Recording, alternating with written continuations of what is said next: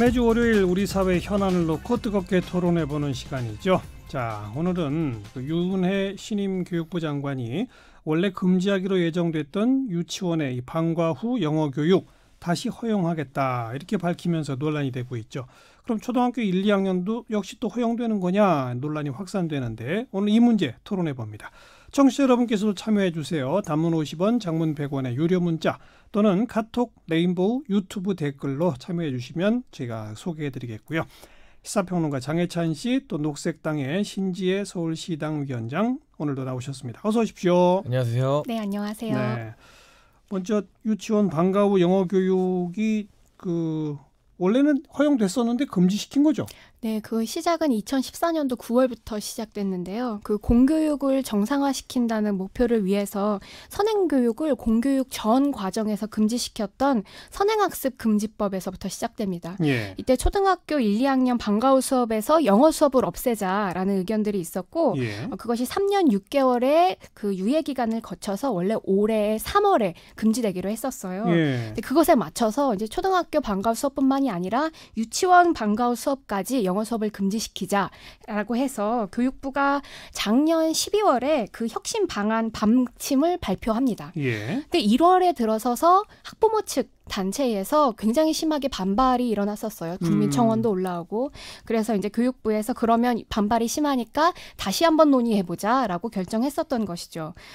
그래서 정책 숙려제를 네. 통해서 이걸 한번 논의해보자라고 네. 의견을 냈었습니다. 그러니까 방침은 정해졌지만 실제로 금지가 시행되지는 않은 계속 유예 상태에 있었던 네, 계속해서 늦춘 거죠. 그리고 재론해 보자고 했던 그 사안인데 이제 장관이 취임해서 곧바로 국회 질문 답변 과정에서 이건 허용이 맞는 것 같다는 입장을 밝힌 거다 이거네요. 그렇죠? 네, 그렇습니다. 장혜찬 씨 어떻게 보세요? 저는 잘한 결정이라고 보고요. 잘했다. 물론 절차적으로 교육부 직원들도 깜짝 놀랐다고 해요. 장관과의 어떤 협의가 있었던 게 아니라 대정부 주리에서 그야말로 깜짝 발표를 한 셈인데 예. 그러나 왜 이렇게 급하게 발표를 했느냐. 이달 중에 이제 내년도 유치원 모집 계획이 나와야 한대요. 유치원생. 더 늦추게 될 경우 이 시도별 유치원에서 이런 계획을 세우고 수업 계획을 세우는데 차질이 있을 수 있다.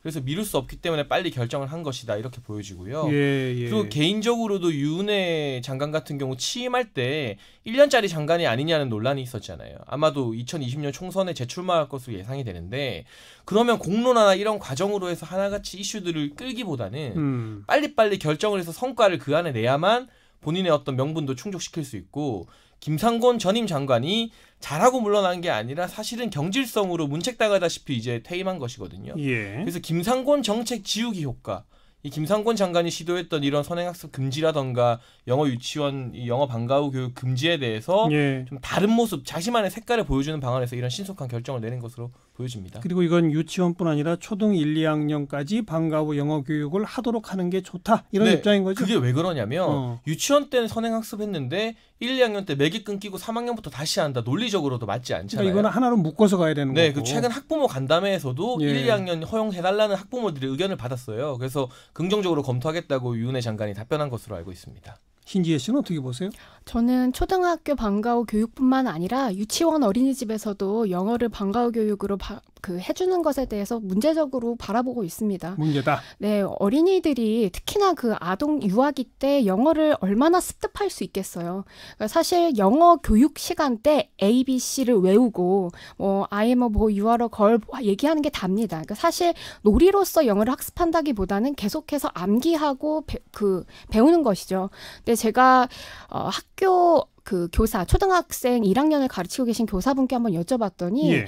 영어 교육을 받다가 우는 친구들이 그렇게 많대요. 너무 어렵고 힘들어서. 그래요. 알지 못하는 단어니까 오히려 더 당황스럽고 힘든 거죠. 근데 그렇게 어린 나이에 영어를 강제로 혹은 조금 힘들게 배우면 오히려 생채기만 남습니다. 내가 배우기 싫은 거를 배우면서요. 네. 그러니까 오히려 아동기 때는 아이들이 자유롭게 뛰놀고 재미나게 이것저것 접할 수 있는 다양한 체험 교육 같은 것들을 제공하는 것이 더 낫지 않을까 싶습니다. 그나저나 두 분은 몇 살 때부터 영어를 배운 세대입니까? 저는 중학교 들어가면서부터 영어를 배운 세대인데.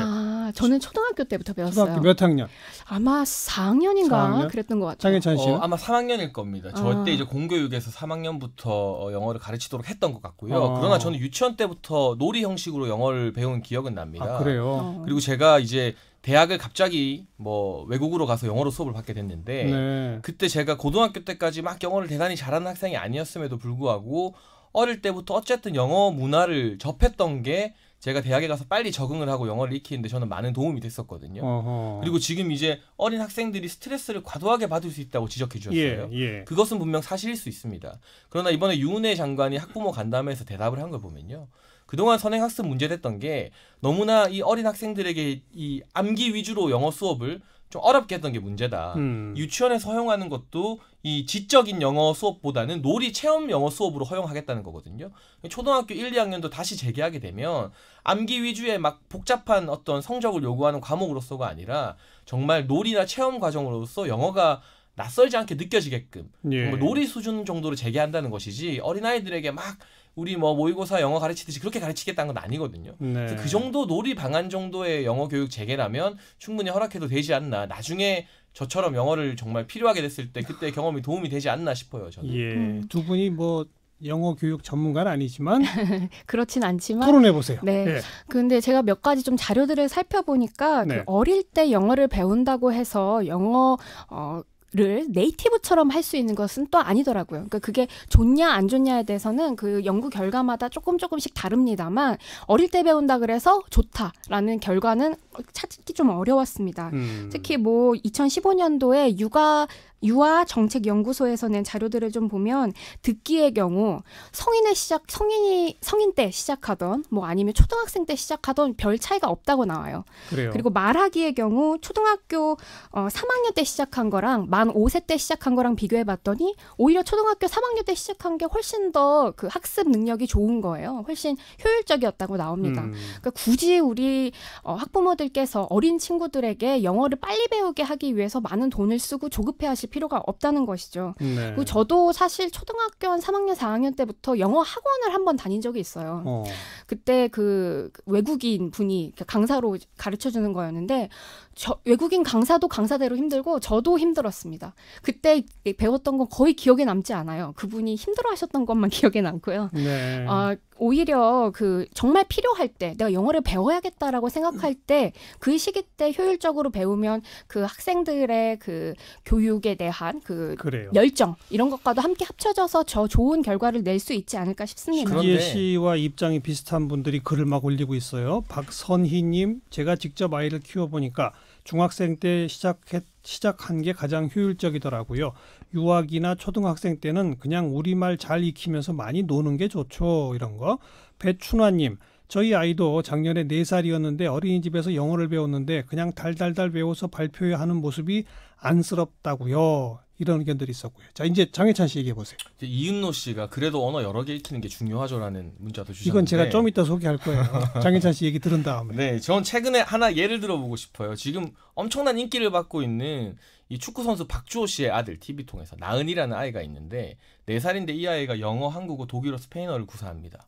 그 영어로 막 대화를 해요. 실제로. 근데 물론 이 아이는 굉장히 특수한 경우겠지만 어릴 때부터 자연스럽게 그 어머니가 외국인인데 다양한 언어에 노출되다 보니까 아무래도 그런 언어를 편하게 습득할 환경이 주어졌어요. 네. 저도 어린아이들에게 과도하게 스트레스를 주면서 주입식으로 영어 교육하자는 것에는 반대합니다. 하지만 놀이 정도로 편안하게 영어라는 우리가 피할 수 없는 뭐 좋거나 싫거나 국제 공용어 아니겠습니까? 이 피할 수 없는 영어에 노출되는 편안한 환경을 만들어줘야 신지혜 위원장님 말씀처럼 정말 필요해질 때 제대로 공부를 시작할 때 그게 훨씬 도움이 될 수 있다는 것이고요. 또 하나 지금 영어가 조기 교육이 도움이 되냐 안 되냐는 이 찬반 양론의 논문이 굉장히 많기 때문에 그걸 일일이 소개하는 건 의미가 없을 것 같고 저는 학부모들이 왜 이렇게 많은 학부모 단체가 조기 영어 교육을 찬성할까? 그분들이 뭐 자식들 스트레스 받는 걸 좋아서 찬성하는 건 아니잖아요. 예. 어차피 유치원이나 초등학교 1학년, 2학년 안 가르쳐도 가르칠 분들은 그러면 사교육으로 더 내모입니다. 더 비싼 교육을 받게 만들어요. 그러면 오히려 더 불안해지는 거예요. 학교에서는 가르치지 않지만. 하지만 반대로 그나마 학교에서라도 반가운 놀이식으로라도 영어를 가르치기 때문에 학부모 입장에서는 굳이 사교육 시장으로 내보내지 않고 학교에 맡겨둘 수도 있는 거거든요. 오히려 학교에서 방과후 수업을 하는 게 전체적인 어린 아이들의 영어 교육의 어떤 경쟁을 낮출 수 있다. 그런 효과도 있다는 점 말씀드리고 싶어요. 그래요. 이은노님, 그래도 언어 여러 개 익히는 게 중요하죠. 그리고 7366번님, 이중 언어가 얼마나 중요한데, 이런 의견이 있고요. 그리고 뭐 현실성 없다, 우리 신지혜 씨. 왜 이 사교육 시킬 수 있는 사람만 시키란 얘기냐? 학교에서 해야지. 이런 의견도 지금 나오고 있습니다. 장혜찬 네. 씨와 비슷하게.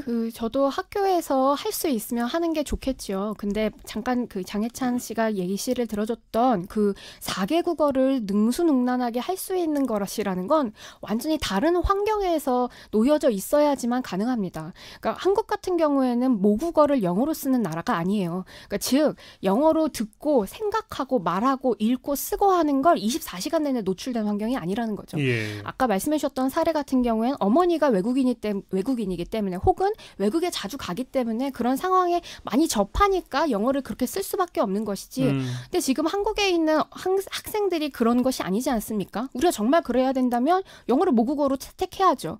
근데 사실 영어라고 하는 건 다 도구일 뿐입니다. 영어는 잘하기 위해 우리가 도달해야 될 어떠한 것이 아니에요. 그냥 각자가 생각하는 바를 말하고자 하는 바를 혹시 외국인이 있거나 내가 특수한 상황에 있었을 때 잘 전달하는 도구로 쓰면 됩니다. 네. 문법이 좀 틀려도 괜찮고 꼭 네이티브처럼 말을 하지 않아도 괜찮아요. 실제로 외국인들을 많이 만나보면 막 미국인 빼놓고는 영어를 그렇게 막 능수능란하게 잘하는 것은 아닙니다. 근데 여기엔 뭐가 필요하냐? 내가 무엇을 말하고 싶은가? 나는 어떤 의견을 갖고 있는가? 그리고 내가 조금 부족하다 할지라도 바디랭귀지로 그다음에 뭐 좀 부족한 문법을 가지고도 저 사람에게 내가 얘기하고자 하는 열정이 있는가? 전 근데 한국 사회의 교육은 이 두 가지를 모두 다 망치고 있다고 생각합니다. 말하고자 하는 열정도 망치고 있고요. 예. 그러다 보니까 10수년 동안 영어 교육을 받아도 외국인 앞에서만 어버버버 하는 거예요. 자기가 틀릴까 봐. 예. 근데 틀려도 괜찮단 말이죠. 왜냐하면 영어는 도구일 뿐이니까요. 근데 저는 이게 단순히 초등학교 1, 2학년의 문제가 아니라요. 우리나라 교육 과정의 전 과정에 걸쳐서 알겠습니다. 영어를 어떻게 보느냐의 그 입장이라고 생각합니다. 입장 차라고. 신지혜 씨 방금 얘기랑 좀 비슷한 맥락은 2565번 쓰시는 분, 영어로 밥 먹고 살 사람만 배우면 되잖아요. 뭐 이런 의견. 네. 또 0086번, 우리가 영어 배워서 성인이 되어서 몇 프로나 활용할까요? 이런 의견들이 신지혜 씨 의견과 좀 비슷한 것 같고, 반면에 뭐 6948번님은 저희 아이는 5살 때부터 영어 배우는데 지금은 외국 아이들 수준으로 유창하게 구사하더라고요. 그리고 5772번님은 방과 후 영어 그냥 허용합시다. 이미 물이 흘러가는데 막을 수 없다고 봅니다. 뭐 이런 의견까지 다양하게 나오네요. 또 과거와는 정말 다른 게 이제는 우리도 뭐 지금 고용이 많이 떨어지고 한국의 어떤 경제 성장의 한계에 다다랐다고 하잖아요. 결국엔 우리가 좋으나 싫으나 세계 시장으로 나가서 세계와 경쟁해야 하는 게 우리 젊은 청년들 또 미래 세대의 어떤 어쩔 수 없는 피할 수 없는 운명인데 예. 그렇다면 영어를 잘하고 못하느냐가 이 아이들에게 굉장히 많은 기회의 차이를 준단 말이죠. 당장 우리가 검색해보기만 해도 한국어로 검색했을 때 나오는 자료와 영어로 검색했을 때 나오는 자료의 양이 차이가 엄청납니다. 그런 부분에 있어서 제가 지속적으로 강조하지만 영어와 친해질 수 있는 환경을 어릴 때 조성하는 게 그렇게 나쁜 것이냐. 지금 포커스가 1, 2학년 아이들에게 뭐 토익, 토플 보게 하자는 게 전혀 아니라 유은혜 장관처럼 놀이 형식으로 접하게 하자는 것이기 때문에 예. 네. 또 비용의 측면에서도 사교육비를 오히려 줄일 수 있는 효과가 있다고 보여지고요. 그런 측면에서는 5687번님이 재밌는 상황에서 놀이하듯 배우면 스트레스 안 받고 잘 접할 수 있지 않을까요? 이런 의견도, 그러니까 영어 교육의 방식도 좀 변화한다면 뭐 괜찮을 것 같다. 이런 의견도 함께 좀 나오는 것 같고요. 기존의 영어 교육이 아직까지도 우리가 읽기 쓰기 위주, 문법 위주였다면 이제는 패러다임을 바꿔서 정말 회화 위주의 교육으로 전환이 돼야 되겠죠. 자, 사실 영어 교육 전문가들도요, 판단이 다르더라고요. 네, 다들 다르더라고요. 네, 영어 교육 전문가조차도 조기 영어 교육이 효과적이라는 분과 그렇지 않다는 분으로 갈리는데, 우리 청취자분들 판단도 참 양쪽이 다 있고요. 아까 장혜찬 씨가 잠깐 언급한 대목 하나만 신지혜 씨 의견 좀 들어볼까요?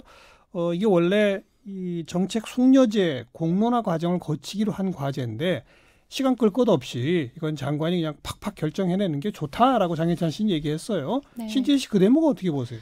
이 교육이라고 하는 것은 사실 우리 전 국민에 해당하는 것이 분야죠. 우리 전 국민이 받는 공교육이니까요.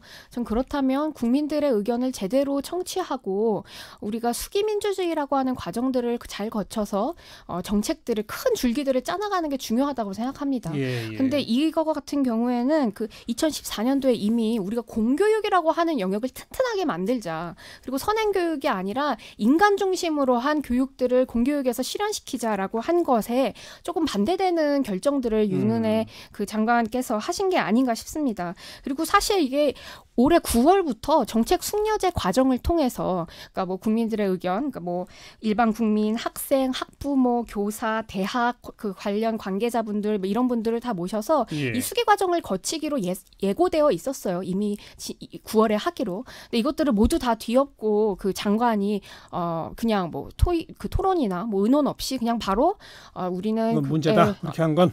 다시 뭐 방과 후 교육을 실행하겠다라고 하는 건 좀 장혜선 씨 문제적이라고 짧게 봅니다. 한마디만. 그럴 수밖에 없었던 게 김상곤 장관이 이제 김영란 대법관 초빙에서요. 대입 개편 관련해서 공론화하다가 뭘 했는지 모르겠고 국민들이 결론을 못 냈는데 결론을 못 낸 게 위대하다 뭐 이런 식의 이상한 이도 저도 아닌 결론을 내서 굉장히 많은 비판에 직면했고 그래서 결국 경질성 문책을 당한 것이거든요. 네네. 물론 국민들의 의견을 듣는 것도 중요합니다만 전문가가 본인의 자리를 걸고 책임을 지고 정권 이거 행사해야지. 그게 아니면 뭐하러 장관을 합니까? 다 그냥 직접 민주주의 하지. 그런 측면에서 시간이 많이 없는 유은혜 장관의 결정은 불가피했다고 보고요. 제가 꼭 하나 지적하고 싶은 건 유은혜 장관도 사실 교육 전문가는 아닙니다. 제가 찾아봤어요. 2001년도 이후 우리 교육부 장관 중에요. 실제로 초등학교나 중학교나 고등학교 현장 교사 경험이 있는 사람은 45대 교육부 장관이었던 윤덕홍 장관밖에 없습니다. 이분마저도 그나마 70년대, 80년대에 이화여고 교사를 했어요. 알겠습니다. 다 대학 출신들입니다. 네. 그러니까 현장과 괴리된 정말 현장 학부모와 교사들의 마음을 모르는 사람들만 주구장창 장관으로 앉히는 것도 이런 문제를 야기하는 원인이라고 생각이 됩니다. 자, 근데 그 학부모들의 마음도 또 꼭 하나가 아니라는 거, 그 점이 지금 반영이 되고 있는데요. 어쨌든 정책 결정을 조금 더 정책 숙려제나 공론화 과정을 거치는 게 필요했느냐 그렇지 않느냐에 대한 토론부터 본질적으로는 이 유치원 초등 1, 2학년 영어 교육이 필요하냐 그렇지 않느냐에 대한 토론 좀 뜨겁게 펼쳐봤습니다. 시사평론가 장혜찬 씨, 녹색당의 신지혜 서울시당 위원장이었어요. 고맙습니다. 네, 감사합니다. 엄마? 이가탄 친구야. 아버님